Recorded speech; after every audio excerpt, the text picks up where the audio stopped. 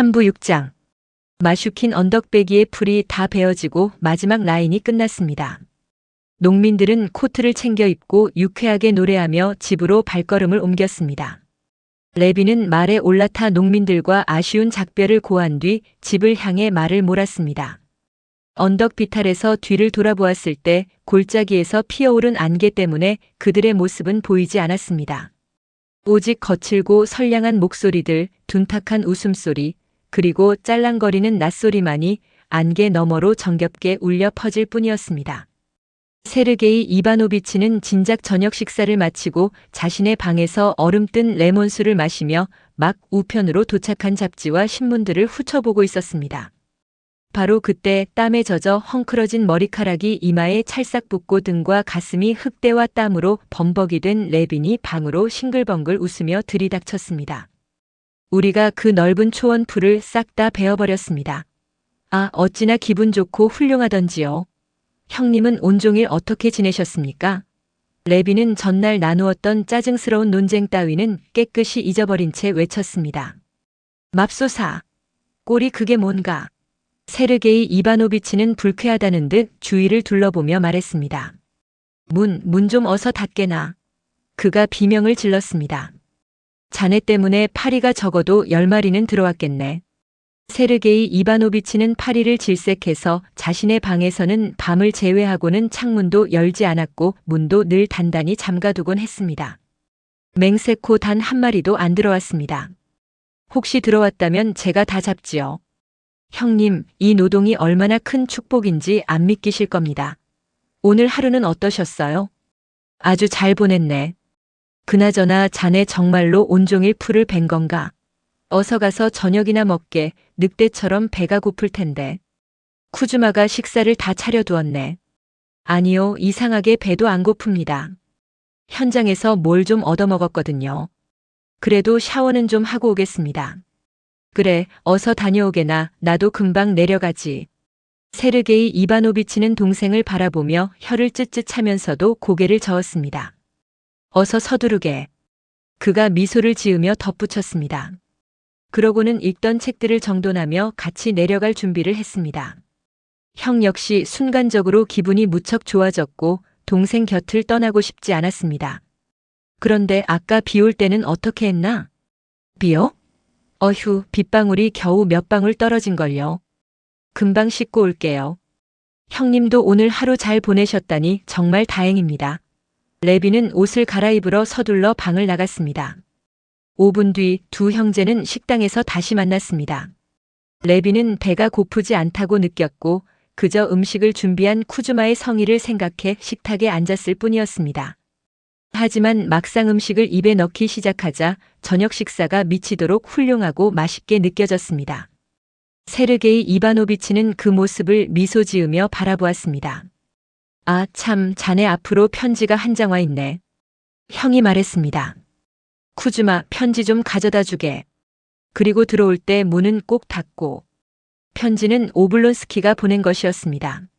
레비는 편지를 소리내어 읽었습니다. 스티반은 페테르부르크에서 이렇게 적어 보냈습니다. 돌리에게서 편지를 받았는데 지금 예르구쇼보에 내려가 있네만 그곳 상황이 온통 엉망진창인 모양이야. 자네가 마차를 타고 한번 들러주게나. 경험 많은 자네가 가서 조언도 해주고 좀 도와주게. 돌리가 자네를 보면 무척 반가워할 걸세. 불쌍하게도 지금 혼자 외롭게 있거든. 장모님과 식구들은 전부 여전히 해외에 있고 말이야. 이거 잘 되었군요. 무조건 가봐야겠습니다. 레빈이 말했습니다. 아니면 형님도 저와 같이 가시지요. 돌리는 정말 훌륭한 여성이지 않습니까? 그곳이 여기서 그리 멀지 않은가? 25마일 정도 됩니다. 한 30마일쯤 될지도 모르겠네요. 하지만 신장로가 아주 잘 뚫려 있습니다. 마차를 타고 다녀오기에 최고지요. 나도 흔쾌히 동행하지. 세르게이 이바노비치가 미소를 띤 채 대답했습니다.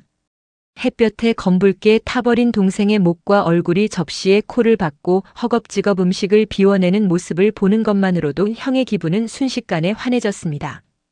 자네 식욕 하나는 정말 대단하구만. 형이 탐복했습니다. 끝내주지요. 이 육체 노동이라는 게 온갖 쓸데없는 잡생각과 머릿속 멍청함을 씻어내는데 얼마나 지효약인지 형님은 상상도 못하실 겁니다. 의학계에 새로운 단어를 하나 기증하고 싶을 정도라니까요. 바로 노동치료라는 단어입니다. 글쎄다 하지만 자네에겐 딱히 그런 치료가 필요 없어 보이는데 말이지. 아니요, 온갖 신경증을 앓는 환자들에게 지효일 겁니다.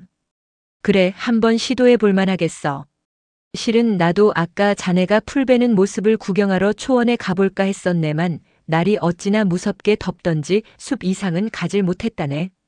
숲속 그늘에 잠깐 앉아있다가 마을로 걸어가서 자네의 나이든 보모를 만났지.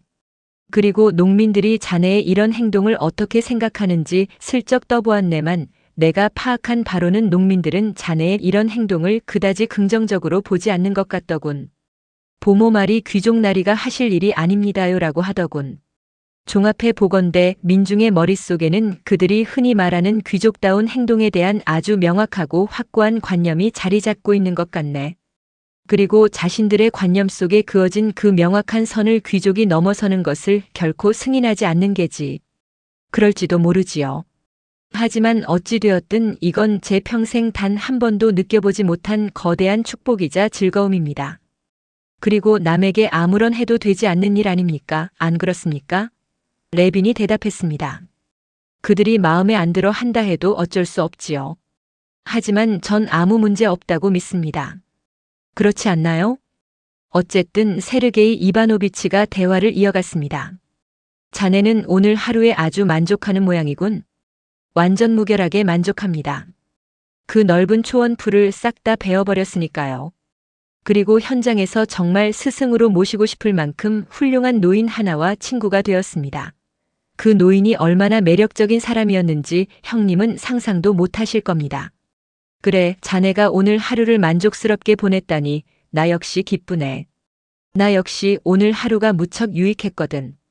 우선 오늘 체스 문제 2개를 풀었는데 하나는 폰 오프닝으로 이어지는 아주 우아한 형태였네. 나중에 보여주지.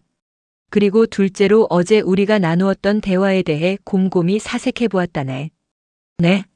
어제 우리가 나누었던 대화요? 레비는 식사를 마치고 황홀한 표정으로 눈꺼풀을 게으르게 내리깐 채 깊은 숨을 내쉬고 있었습니다.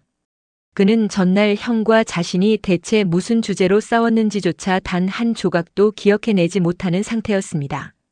내가 보기에 자네 말이 일부 옳았네. 우리의 견해차는 결국 이것이지. 자네는 인간 행동의 원동력을 개인의 이익에서 찾고 나는 일정 수준 이상의 지성을 갖춘 인간이라면 당연히 공공의 이익에 대한 관심이 내재되어 있어야 한다고 보는 것이지. 물질적 이익에 기반한 행동이 훨씬 더 실질적이라는 자네의 지적도 틀린 말은 아닐세. 자네는 프랑스인들이 말하듯 지나치게 본능적이고 직관적인 성품을 지녔어. 강렬하고 에너지 넘치는 행동이 수반되지 않으면 도무지 견디질 못하는 성격이지.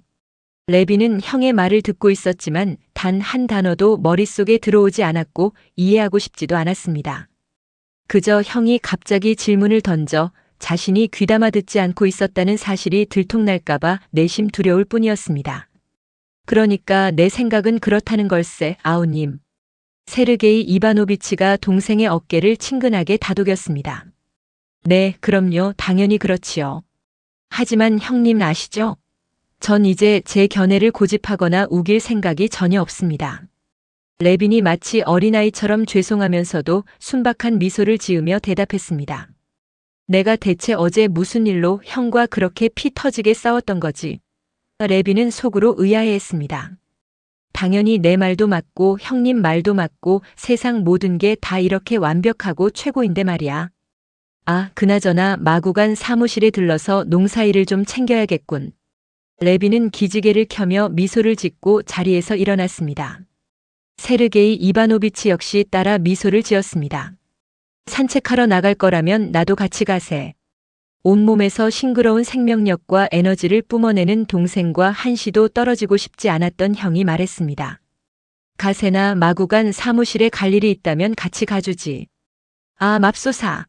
레빈이 어찌나 크게 소리를 질렀던지 세르게이 이바노비치가 깜짝 놀라 펄쩍 뛰었습니다.